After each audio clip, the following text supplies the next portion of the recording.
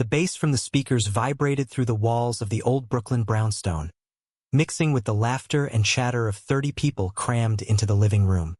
Theodore had come to the party with his best friend Leo, expecting nothing more than a typical Friday night unwind after a brutal week at their Manhattan advertising agency. They had been side by side since freshman year at NYU, sharing a cramped dorm room, late-night pizzas, and every major milestone. Leo was the one who dragged Theodore to his first real job interview, the one who sat with him in the hospital when his dad had a scare back in Ohio. Theodore trusted him with everything. But as the night wore on and the whiskey loosened everyone's tongues, Leo's easy smile turned glassy. He had been knocking back shots faster than usual, muttering about a client presentation that had gone sideways and an ex who still texted him at 2 a.m. Theodore steered him toward the kitchen for water, laughing, "Slow down, man. You're gonna regret this tomorrow." Leo just grinned that crooked grin that always made Theodore feel like the luckiest guy in the room. They ended up on the worn leather couch in the corner, music thumping around them, city lights twinkling through the tall windows. Leo leaned in close, breath warm with bourbon. "Theo, you're the only person who ever really sees me. Not the designer, not the funny guy, just me." His voice cracked on the last word. Before Theodore could tease him for getting sentimental, Leo cupped the back of his neck and kissed him. It wasn't a quick peck. It was slow, deliberate, lips parting. A spark that shot straight through Theodore's chest and lodged somewhere behind his ribs. The taste of whiskey and something sweeter, something that felt terrifyingly right, flooded his senses. For one stunned second, Theodore kissed him back, heart slamming against his ribs. Then reality crashed in. He jerked away, breath ragged. "Leo, what the hell?" A couple of heads turned, but the music swallowed the moment. Leo blinked, eyes wide, cheeks flushed deeper than the alcohol alone could explain. Theodore's hands shook as he helped his friend to his feet. "Come on, we're getting you home." The Uber ride to Leo's Queens apartment was silent except for Leo mumbling apologies that slurred into nonsense. Theodore got him inside, tucked him into bed, left a glass of water and ibuprofen on the nightstand, then rode the train back to his Chelsea studio alone. The city lights blurred past the subway windows, but all he could feel was the ghost of Leo's mouth on his. Dawn painted the sky soft pink when Theodore finally gave up on sleep. He stood at his window in sweatpants, coffee mug warming his palms, staring at the Hudson River far below. His phone buzzed on the counter. "Leo, dude, last night was insane. Sorry if I crossed every line. Coffee at our usual spot tomorrow? Need to talk." Theodore read it 3 times, thumb hovering. He set the phone down without replying. In the mirror above the sink, his reflection looked the same. Dark hair tousled, blue eyes steady, but something inside had cracked open. He had dated women, laughed off college experiments, told himself the occasional lingering glance at another guy was nothing. His father's voice echoed from Ohio. "Be a man, son. Provide, protect, marry a good woman." Now that voice felt miles away, and the truth sitting in his chest refused to be ignored. He was terrified, exhilarated, and completely lost. The day stretched ahead like a minefield. Work loomed at 10, but first he had to decide whether to face Leo or pretend the kiss had never happened. Theodore showered, dressed in his usual button-down and chinos, and walked the 12 blocks to the agency with his mind spinning. By the time he reached the glass doors of Sterling and Blake, he still had no answers. Monday morning at the agency felt like walking into a parallel universe. Theodore kept his head down through the team meeting, nodding at client updates, sketching campaign ideas on his tablet while his thoughts kept drifting back to Brooklyn. Leo's desk was 3 cubicles away. Every time Theodore glanced up, he caught Leo watching him with an unreadable expression. At lunch, they usually ate together at the rooftop food trucks, but today Theodore grabbed a sandwich from the deli downstairs and ate at his desk. His phone stayed silent, no follow-up text from Leo. Around 3 o'clock, Leo appeared at the edge of his cubicle, hands in his pockets, voice low. "Hey, can we talk after work? Our usual coffee place." Theodore's stomach flipped. He nodded once, not trusting his voice. The rest of the afternoon crawled. When 5 o'clock finally came, they walked the 6 blocks to Grounded in silence. The cafe smelled of fresh espresso and cinnamon. They claimed their regular corner table by the window. Leo ordered black coffee. Theodore asked for an oat milk latte he didn't really want. Leo spoke first, voice steady but eyes fixed on his cup. I was drunk, yeah. But I wasn't that drunk. I've been carrying this around for years, Theo. The kiss, it wasn't an accident. Theodore's throat tightened. He wanted to laugh it off, call it a one-time thing. But the words stuck.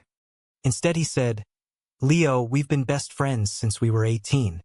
If this changes us, Leo cut in gently. It already changed. For me, anyway. I've dated women too, tried to make it work. But every time I looked at you, I felt something I couldn't name. I'm tired of pretending. Theodore stared at the street outside where pedestrians hurried past under gray skies. He thought about the nights they had stayed up talking until sunrise, about how safe he felt with Leo, how no one else had ever made him feel completely seen. I don't know what I am, he admitted finally, voice barely above a whisper. My family, you know how they are. Dad still sends me articles about traditional values. Mom keeps asking when I'm bringing a girl home for Thanksgiving. Leo reached across the table, stopped just short of touching his hand. I'm not asking you to come out tomorrow. I'm just asking you not to shut me out. They left the cafe with nothing resolved, only a fragile agreement to keep talking. That night Theodore lay in bed scrolling through articles he would have closed yesterday. Questioning your sexuality at 28. What if I'm bisexual? How to tell your best friend you might feel the same. Each headline felt like a mirror. Sleep came in fragments, filled with dreams of Leo's mouth on his and his father's disappointed face. Tuesday brought a new client pitch. Theodore nailed his part of the presentation, but afterward his colleague Marcus clapped him on the shoulder. You okay, man? You seem a million miles away. Theodore forced a smile. Just tired. Marcus lowered his voice. If it's about that guy from accounting who keeps staring at you, ignore him. Some people still can't mind their own business. The casual remark landed like a punch. Theodore realized the office gossip mill might already be turning. He spent the evening running along the West Side Highway, earbuds blasting, trying to outrun the fear that everything he had built, career, friendships, the careful life he had constructed, could crumble if the truth got out. When he got home, Leo had texted a single meme of 2 confused cartoon characters. Theodore smiled despite himself and typed back, "Coffee again tomorrow?" The reply came instantly, "Wouldn't miss it." For the first time in days, the knot in his chest loosened, just a fraction. The video call with his parents came on Wednesday evening, right after Theodore had agreed to meet Leo for a walk in Central Park the next day. His mother's face filled the screen first, smiling brightly from their living room in Columbus. "Sweetheart, we miss you. How's the big city treating you?" His father appeared beside her, arms crossed, the same stern expression he had worn at every parent-teacher conference. "You eating enough? Not working too hard?" Theodore forced cheer into his voice. "Everything's great. Landed a new campaign this week." The conversation flowed to the usual topics. His sister's new baby, the neighbor's dog, whether he had met anyone special. His mother's eyes lit up. "Any nice girls at work? You're not getting any younger, Theo." He laughed it off, but the lie tasted bitter. His father grunted approval when Theodore mentioned a recent promotion opportunity. "That's my boy. Keep climbing." After they hung up, Theodore sat on his couch staring at the blank screen. The weight of their expectations pressed on his chest like a physical thing. He opened his laptop and searched for flights to Ohio for Thanksgiving. Still months away, but the thought of facing them in person made his palms sweat. He closed the tab, pulled on running shoes, and headed to Central Park. The paths were crowded with joggers and dog walkers. Theodore ran until his lungs burned, then slowed to a walk near the Bethesda Terrace. A familiar voice called his name. "Theo? Is that you?" Marcus from work jogged up, grinning, accompanied by a tall man with kind eyes and a rainbow wristband. "This is my husband, Alex." Theodore shook hands, heart racing for an entirely new reason. They chatted about the weather, the latest agency drama. Then Alex asked casually, "You seeing anyone?" Theodore hesitated, then shook his head. Marcus gave him a knowing look but didn't push. "When you're ready to talk, we're here. No judgment." That simple offer cracked something open. Theodore walked home slower, mind replaying every moment with Leo. The easy laughter, the late-night talks, the way Leo always knew when he needed space or a hug. By the time he reached his building, he had made a decision. He wouldn't run anymore. The next morning, he met Leo at the park entrance. They walked in comfortable silence for a while, leaves crunching underfoot. Leo finally spoke. "I told my mom yesterday." She cried, but happy tears. Said she always suspected.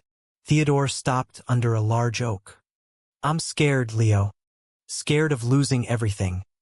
My family, maybe even you if I mess this up." Leo turned to face him, sunlight catching in his hair. "You won't lose me. Whatever we become, friends, more, whatever, we do it together." They stood there, inches apart, the city humming around them. Theodore reached out and took Leo's hand for the first time in daylight. It felt like stepping off a cliff and discovering he could fly. The misunderstanding hit like a freight train 2 weeks later. The agency threw a rooftop launch party for a major client. Theodore arrived early to help set up, nerves buzzing because Leo would be there too. They had been texting daily, sharing tentative hopes and fears, but they hadn't defined anything yet. When Leo walked in wearing a fitted black shirt that made his shoulders look even broader, Theodore's heart skipped. They stole glances across the crowd, small smiles that felt like secrets. Then Sarah from accounting, pretty, funny, and openly interested in Theodore for months, cornered him by the bar. She laughed at his jokes, touched his arm lightly.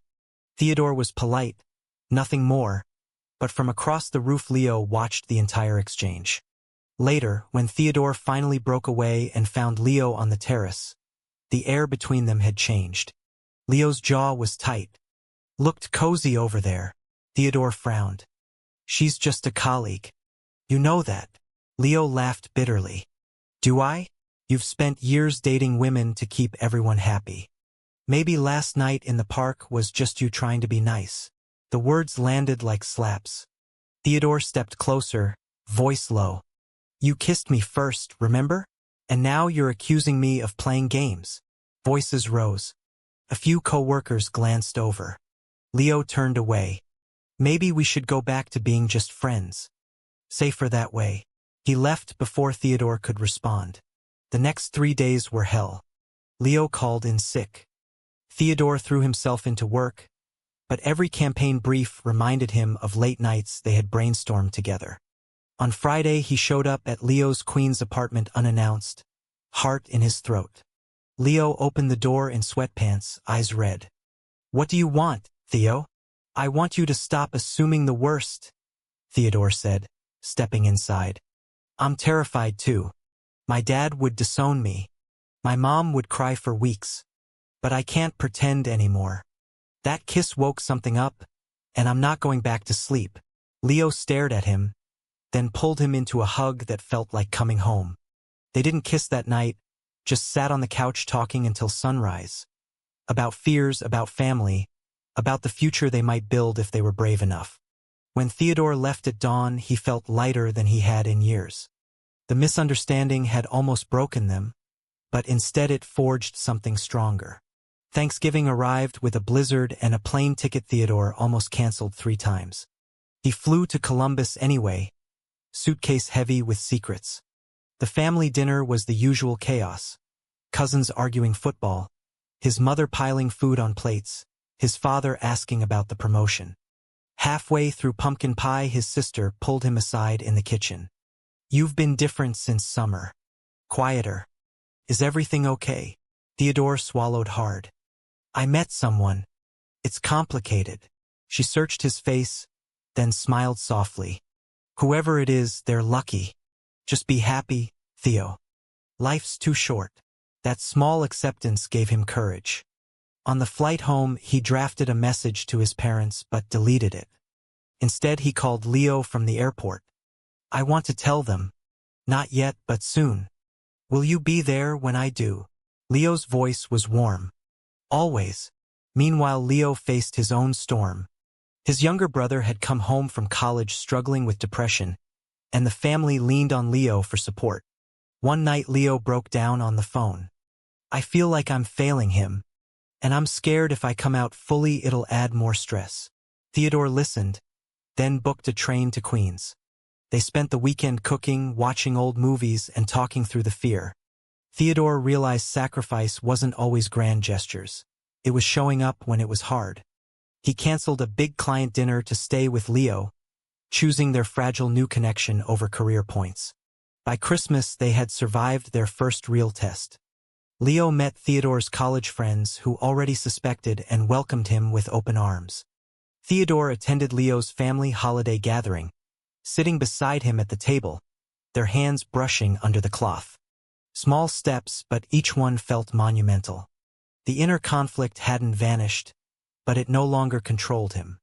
He was learning that love, whether friendship or more, meant choosing each other every single day, even when the world made it difficult. Spring bloomed across New York, cherry blossoms lining the paths where they had first held hands. Theodore and Leo stood on the Brooklyn Bridge at sunset, city lights beginning to sparkle below. 6 months had passed since the party, and everything had changed while somehow staying beautifully the same.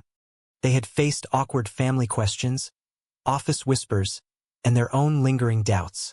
Theodore had come out to his parents over a tearful video call, his father silent at first, then gruffly saying, I just want you safe and happy, son. It wasn't perfect, but it was a beginning. Leo had helped his brother find therapy and finally told his whole family he was gay. They hugged him tighter. The two men had learned to navigate the world as more than friends but not yet fully defined. Slow, intentional, honest. No labels rushed, just two people choosing each other. As the sun dipped behind the skyscrapers, Leo turned to him. Remember when I kissed you and thought I'd ruined everything? Theodore smiled, pulling him close. Best mistake you ever made. They kissed there on the bridge, wind tugging at their coats, hearts steady. The journey wasn't over. Society still had its judgments, families their adjustments, but they faced it together, stronger, kinder, more themselves than ever before. True or false? One drunken kiss between best friends can destroy a lifelong bond or become the bravest beginning of a truer life.